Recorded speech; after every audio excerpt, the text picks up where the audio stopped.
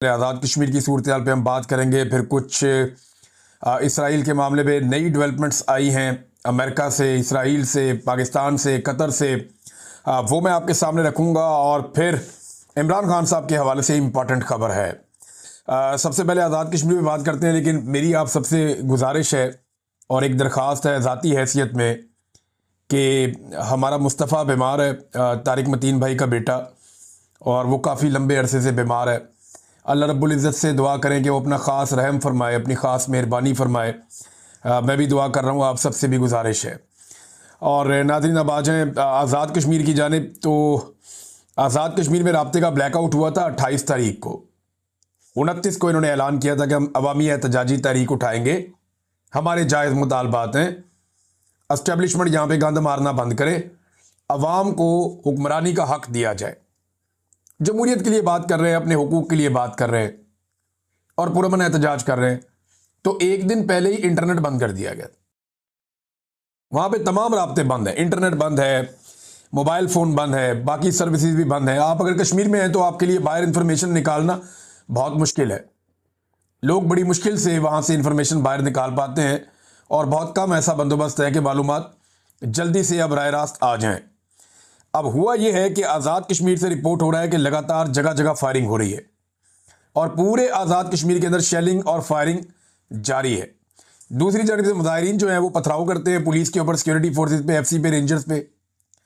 तो मुजाहिरीन जो है वो पथराव करते हैं, जवाब देते हैं, रुकावटों को हटाते हैं ज़बरदस्ती, जबकि पुलिस और सिक्योरिटी फोर्सेस जो है वो गोली चलाते हैं और शेलिंग करते हैं। और ये सिलसिला जारी है, अब 3 दिन हो गए हैं। डोडियाल में एक नौजवान शहीद हुआ, पहले ये इत्तला आई। ये मैं आज की बात आपको बता रहा हूँ, ये उमर नज़ीर कश्मीरी साहब ने यह बताया। फिर धीरकोट में 2 अफराद के शहीद होने की इत्तला आई और वहाँ कई लोग ज़ख्मी हो गए। ये इब्तदाई इत्तलात है। मुजफ्फराबाद में वहाँ पे जो जर्नलिस्ट है उन्होंने क्लेम किया कि 2 लोग वहाँ पे शहीद हो गए। फिर मुजफ्फराबाद में कल भी एक शहादत हुई थी। तो कश्मीर में जगह जगह फायरिंग हो रही है। बाग में भी शदीद फायरिंग की इत्तलात आई हैं। अब ये निहत्ती अवाम के ऊपर गोलियां चल रही हैं, घरों के अंदर शेलिंग हो रही है। और ये बात वहाँ के जर्नलिस्ट बता रहे हैं कि हमने तो ऐसा माहौल कभी सोचा भी नहीं था। हमने कभी ख्वाब में भी नहीं सोचा था कि पाकिस्तान से सिक्योरिटी फोर्सेस आएंगी और वो आकर आज़ाद कश्मीर के ऊपर लोगों के साथ ये करेंगी। ये वो वहाँ के जो मकामी सहाफ़ी हैं वो हमसे बात करते हैं या लोग हैं वो ये बता रहे हैं। निहत्ती अवाम के ऊपर गोलियां चल रही हैं और ज़्यादा लोग ये शिकवा कर रहे हैं, बार बार कह रहे हैं कि कर्नल फाइक को जब से वहाँ पे लाया गया है, ये लाहौर में होता था कर्नल फाइक, इसको अब मेरे ख्याल ब्रिगेडियर बना के वहाँ ले जाया गया है। इसके खिलाफ लोग बहुत बात कर रहे हैं और वो ये कह रहे हैं कि ये मुजफ्फराबाद में बैठ के ये हालात पैदा कर रहा है। देखिए, एक ऑफिसर ये सारा कुछ करता है, गंद एक ही बंदा डालता होता है और जो मलबा है उसके नीचे पूरा इदारा दबा रहता है। बलूचिस्तान में एक ऑफिसर की हठधर्मी की वजह से आज तक वहां पे अमन वापस नहीं आया। और इसी तरह जो भी आज आज़ाद कश्मीर में हो रहा है, ये जो भी करवा रहा है या जैसे भी हो रहा है, ये अगर बदअमनी पैदा हो गई और मुस्तकिल हो गई तो फिर क्या करेंगे आप? आपने मकबूजा कश्मीर के अंदर हालात नहीं देखे? भारत कितना जुल्म और जबर करने के बावजूद उन्हें नहीं दबा सका। आज उस तरह के मनाजिर जो है वो हम आज़ाद कश्मीर में देख रहे हैं, बदकिस्मती से। एक ऑफिसर की बेशर्मी की कीमत जो है वो बलूचिस्तान आज तक उठा रहा है। सीखने का मौका है, कुछ सीख ले, लेकिन मोटी खोपड़ी में बात घुसती ही नहीं है।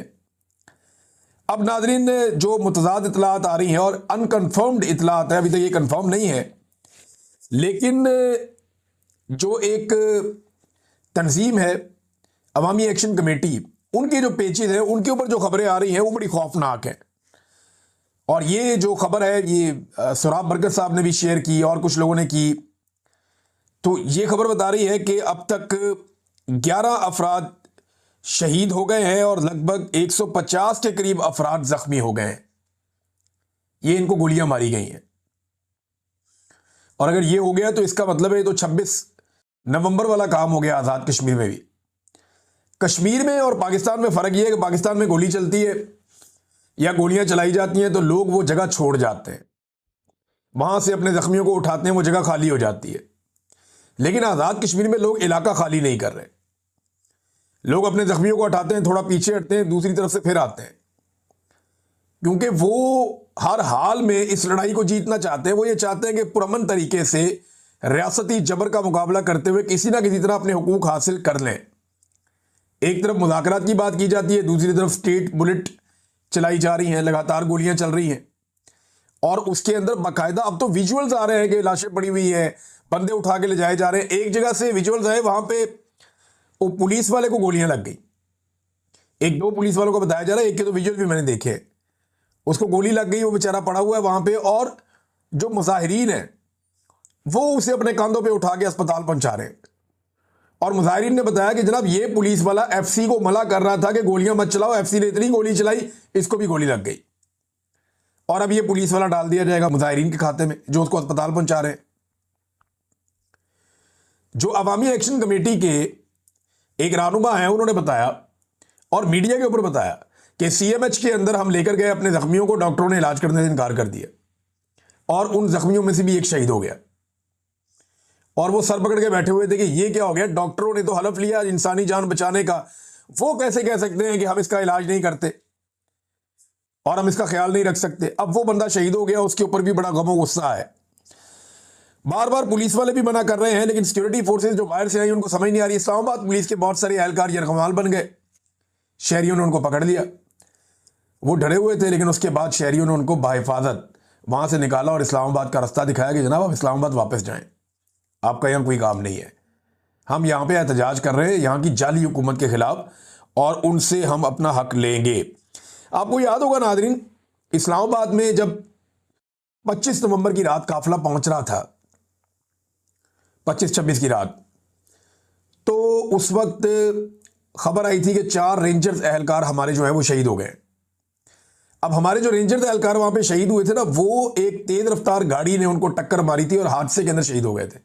बाद में वो लड़का भी पकड़ा गया, उसका पाकिस्तान तहरीक इंसाफ से ताल्लुक भी कोई नहीं था, उसने एतराफ जुर्म भी कर दिया, वो मामला भी खत्म हो गया। लेकिन उसकी एफआईआर और सारा मामला उठा के पाकिस्तान तहरीक इंसाफ के खाते डाल दिया गया, और हुक्मरानों के बयानात तक आ गए, और आज तक वो जो टाउट सहाफी हैं वो पीटीआई के खाते में डालते हैं। इसी तरह जो एफसी ने गोली चलाई और वो पुलिस वाले को लग गई, मुजाहिरीन उसको उठा के कंधे के ऊपर लेकर जा रहे हैं। अगर वो पुलिस वालों के साथ होता तो पुलिस वाले लेकर जा रहे होते, लेकिन ये भी कोशिश की जाएगी इनके कंधे पे ही डाल दिया जाए। तो नाज़रीन, लगातार वहां से जो इतलात आ रही हैं वो अच्छी नहीं है, वो खतरनाक इतलात हैं, लगातार आ रही हैं आज़ाद कश्मीर से, और हालात मजीद ख़राब होते चले जा रहे हैं। ये कश्मीरी अभी तक डटे हुए क्यों हैं, ये सोचा आपने? क्योंकि ये लीडरलेस हैं, इनके पीछे कोई ऐसा आदमी नहीं है जो इनको रोक लेके रुक जाओ। किसी के पास ये इख्तियार नहीं है कि वो एक आवाज़ दे के रुक जाओ, वापस आ जाओ, मैं बात कर रहा हूं, ये नहीं है। एस्टेब्लिशमेंट किसी एक को ब्लैकमेल नहीं कर सकती।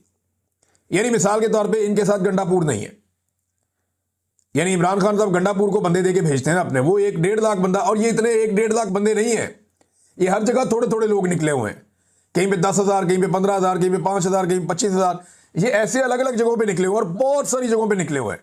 तादाद तो इनकी बहुत ज्यादा है, लेकिन अभी ये इकट्ठे हो रहे हैं, मुजफ्फराबाद की तरफ आगे बढ़ रहे हैं, और सरकार पूरी कोशिश कर रही है ये मुजफ्फराबाद में दाखिल ना हो सके, क्योंकि सरकार ये जानती है कि जब ये मुजफ्फराबाद में दाखिल हो गए तो इनके पास लाशें हैं अब, और हमने इनको लाशें दे दी हैं, ये बहुत गुस्से में है, तो इनका मुकाबला नहीं किया जा सकेगा।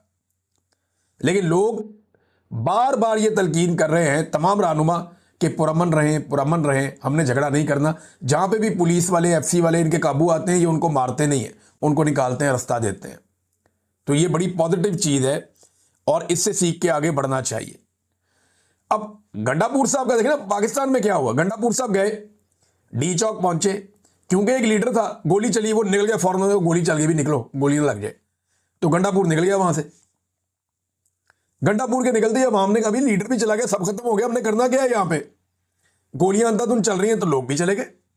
क्योंकि जो आदमी ये कहकर लाया था कि मेरा नमाज जनाजा पढ़ लेना, मेरी लाश भी नहीं मिलेगी, इस तरह की कहानियां सुना के जो आया था बंदों को लेकर, वो निकल गया।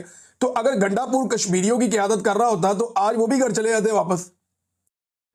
लिहाजा ये जो बगैर क़यादत के लोग निकलते ना, ये बड़ा खौफनाक काम है। बांग्लादेश में हुआ, यही काम नेपाल में हुआ, श्रीलंका में हुआ, और आज कश्मीर में हम वो मामला उस तरफ जाते हुए देख रहे हैं। तो क्या पाकिस्तान इस तरफ बढ़ेगा, ये आने वाले दिनों में हम देखेंगे। गंडापुर ने जो दावा किया नादरीन, उसके ऊपर बात करते हैं, लेकिन पहले जरा इसराइल वाले मामले में चले जाएं, दो बातें तो क्लियर हो गई, और ये दो बातें डोनाल्ड ट्रंप ने भी क्लियर कर दी, ये दो बातें नेतन्याहू ने भी क्लियर कर दी, ये बातें जो इसराइली दिफाई एक्सपर्ट्स हैं उनकी जो माहिरीन की राय आ रही है वो भी यही आ रही है, और कैटेगोरिकली वो ये बात कह रहे हैं कि नंबर एक, ट्रंप के मंसूबे या मुआहदे में फ़लस्तीनी रियासत का क़याम शामिल नहीं है, और ये पहले दिन से नहीं है। अब आपको कई लोग मंजन बेचेंगे जनाब पहले था अब नहीं है, नहीं ऐसा नहीं है। वो जो पहला मुआहदा सामने आया था, मैंने आपको जिस दिन मुआहदा शुरू हो रहा था, शहबाज शरीफ ने इसकी तारीफ भी नहीं की थी, उससे पहले मैंने मुआहदे के बारे में आपको बताया था एक शिक कि उसमें यह है कि सोचेंगे, बाद में सोचेंगे कि फ़लस्तीन को रियासत बनाना है या नहीं बनाना, बस इतना ही है। कोई फ़लस्तीनी रियासत का तस्करा उसमें नहीं है। एक तो ये बात क्लियर होगी, उन्होंने कहा जी कोई फ़लस्तीनी रियासत का क़याम जो है ट्रंप के मंसूबे में शामिल नहीं है। नंबर दो, गजा से इसराइली फौज का इनखला नहीं होगा। तो फिर ये खे आपने मुआहदा किया है, आपने हासिल क्या किया? इसराइली फौज रहेगी गजा के अंदर, तो फिर आपने क्या हासिल क्या किया आपने? जब इसराइल की फौज गजा के अंदर मौजूद रहेगी, वो वहां से निकलेगी ही नहीं, तो हासिल क्या किया? और जब फ़लस्तीन को बतौर रियासत तस्लीम ही नहीं किया जाएगा, तो फिर आपने हासिल क्या किया? आपने तो टकेगी को कामयाबी हासिल नहीं की। ये बात पहले दिन से सबको मालूम थी। अब ये चूरन बेचेंगे, बहाने बनाएंगे कि पहले हमें नहीं पता था, अब हमें पता नहीं, इनको पहले दिन से सारा पता था। ट्रंप ने भी लगभग ये बात पहले कर दी हुई थी और ये अखबारात में छप भी गई हुई थी। वॉशिंगटन पोस्ट की एक खबर थी, मैंने आपको पढ़ के भी सुनाई थी पहले। नेतन्याहू ने भी अब ये बात बड़ा कैटेगोरिकली उसने दोहरा दी है। फ़लस्तीनियों ने इसे अब तमाशा करार दे दिया। ये मैंने आपको AFP की रिपोर्ट पढ़ के सुनाई। उन्होंने बताया फ़लस्तीनियों ने ओवरऑल कहा कि ये एक तमाशा लगने जा रहा है और कुछ नहीं है, ट्रक की बत्ती है। हमास ने पहले शिकवा किया कि कई मरतबा मुआहदे हुए, उनकी खिलाफ वर्जी हमेशा इसराइल करता है। अमन के मंसूबे का मुसवदा अभी तक उन्हें दिया ही नहीं गया, और अब फाइनली हमास ने फारिग भी कर दिया। हमास ने साफ कह दिया कि जनाब हम नहीं मानते, और इस मुआहदे को हमास ने फारिग कर दिया। हमास का जो अब रद्द अमल है, जरा वो देख लें आप। हमास के ऑफिशियल से कह दिया कि ट्रंप का जो ये एक अमन मंसूबा है जो उसने दिया है, उसके अंदर फ़लस्तीनियों के लिए कुछ भी नहीं है और फ़लस्तीनियों का मफाद उसके अंदर नहीं है। ये कैटेगोरिकली अब हमास ने भी कह दिया, फ़लस्तीनियों ने भी कह दिया, और पाकिस्तान में भी शदीद रद्द-ए-अमल आ गया। हत्ता कि हुकूमत के अंदर से भी मुखालफत हो गई। वो मौलवी जो सो रहे थे जब उनकी किट लगी, उनकी बहुत बेइज्जती हुई पाकिस्तान में, और हम सारे डिजिटल मीडिया के लोगों ने बताया कि इनकी असल करतूतें क्या हैं। तो 4-5 दिन के बाद मौलवी अब आहिस्ता आहिस्ता जागना शुरू हुए। कल फजलुर रहमान साहब को अंगड़ाइयाँ लेके जागे थे वो, और उन्होंने हल्के फुल्के स्टेटमेंट दिए। आज तरीके लबैक वाले जागे हैं, उन्होंने कहा जी असं इसराइल को तस्लीम नहीं करने देंगे। पहले उन्होंने पूरे पाकिस्तान का इंतजार किया, जब सारा डिजिटल मीडिया खड़ा हो गया, जब पूरा मामला बन गया जी असं नहीं होने देंगे, अब वो कह रहे हैं ना। ये बोले शहबाज शरीफ की वो मुलाकात के ऊपर, जो जाके शहबाज शरीफ साहब ने एक अमेरिकन जूश कांग्रेस के सदर के साथ मुलाकात की, उसके ऊपर इनका कोई मौक़िफ़ अभी तक नहीं आया, और ना ही इनका कोई मौक़िफ़ वो खातून के हवाले से आया जो वज़ीर आज़म की फ़ाइलों तक जिनकी रसाई थी, और वो बार बार जोर दे रही थी, और एयरफोर्स 1 के अंदर उन्होंने ट्रैवल किया, वज़ीर आज़म के साथ उस होटल में क़याम किया, वज़ीर आज़म के साथ ट्रैवल किया, और पाकिस्तानी सरकार का प्रोटोकॉल हासिल किया। वज़ारत ख़ारजा ने उनको बेहतरीन प्रोटोकॉल दिया अमेरिका में और बरतानिया में। तो ये सारे मामले में बोला ही नहीं, कोई बोला ही नहीं। अब गोगलुओं से मिट्टी झाड़ने के लिए मैदान में आ रहे। हत्ता कि ये हुआ नाज़रीन कि जो मीडिएटर है ना बीच में मुज़ाकरात करवाने वाला मुल्क, वो तो कतर है। कतर ने भी कह दिया है कि ये अमन मंसूबे के जो नकात हैं उनके ऊपर उनको भी एतराज़ है। उन्होंने कहा जी बहुत सारे नकात ऐसे हैं जिन पे वजाहत और मुज़ाकरात की ज़रूरत है। अभी तकाजा है इस बात का कि उनके ऊपर मुज़ाकरात भी किए जाएं मज़ीद, और वजाहत भी दे अमेरिका के ये हो क्या रहा है। हमारे वज़ीर आज़म ने पहले दिन गेम चक दी थी पकड़ के। आप अंदाज़ा करें कि सारी दुनिया अब आहिस्ता आहिस्ता कह रही है ये गलत काम हो गया। जो फ़लस्तीनियों की तंजीमें पाकिस्तान में दुनिया भर में वो कह रही है गलत काम हो गया, ठीक नहीं हुआ, ये किस तरफ आप लेकर जा रहे हैं। लेकिन पाकिस्तानी वज़ीर आज़म ने और आर्मी चीफ ने पहले दिन तय कर लिया एस्टेब्लिशमेंट ने कि नहीं जी नहीं, हमने तो ट्रंप साहब के कहने के ऊपर लब्बैक कहनी है। इन्होंने लब्बैक कह दिया और अब मुकरने का रास्ता भी नहीं छोड़ा। अब जाके डार साहब कहते हैं नहीं नहीं, ये तो वो मुआहदा नहीं है जो हमारे साथ बातचीत हुई थी, ये तो कोई और चीज़ है। डोनाल्ड ट्रंप अब इनको नहीं छोड़ेगा, ये फंस गए दोनों तरफ से। इधर आवाम नहीं छोड़ेगी, उधर डोनाल्ड ट्रंप नहीं छोड़ेगा, क्योंकि डोनाल्ड ट्रंप के साथ बंद कमरों के अंदर जो ये वादे करके आ गए हैं ना, मीठे मीठे मुंह बना के, हाथ बांध के, और जितनी गेम डोनाल्ड ट्रंप की ये उठाए, डोनाल्ड ट्रंप की तो खुशियां ही खत्म नहीं हो रही, उसकी पूरी जिंदगी में कभी किसी ने उसकी इतनी खुशामद नहीं की जितनी ये पाकिस्तानी वफद करके आ गया। वो भूल ही नहीं पा रहा, उसकी रोजाना दर्जनों मुलाकातें होती हैं, लेकिन जो खुशामद, जिस लेवल की खुशामद इन लोगों ने कर दी है, वो लेवल कोई मैच ही नहीं कर पा रहा। ट्रंप का वो नशा ही नहीं उतर रहा। वो जहां जाता है वो जाके कहता है ये बहुत अच्छे हैं दोनों, फील्ड मार्शल और शहबाज शरीफ, इनकी बहुत तारीफ करता है। तो इन लोगों ने बड़ी गेम उठाई है। तो अब जब गेम हाथ से निकलने लगी तो डार साहब ने कहा जी हमें जो बताया गया अमन मनसूबा इससे मुख्तलिफ है, हमसे बात हुई है वो बात नहीं है। ये जनाब पहले चुप छुपा के काम डालने लगे थे, फिर ये पकड़े गए बीच चौराहे में, और डोनाल्ड ट्रंप ने भी इनको पकड़ लिया है, कौम ने भी इनको पकड़ लिया है। अब इनको भागने का रास्ता नहीं मिल रहा। तो जब माहौल बन गया तो मौलवी भी आहिस्ता आहिस्ता मैदान में आ रहे हैं। अच्छा नाज़रीन, मैं आपसे बात करता गंडापुर की, तो फाइनली मैं एक चीज आपके सामने रख देता हूं। उस मामले में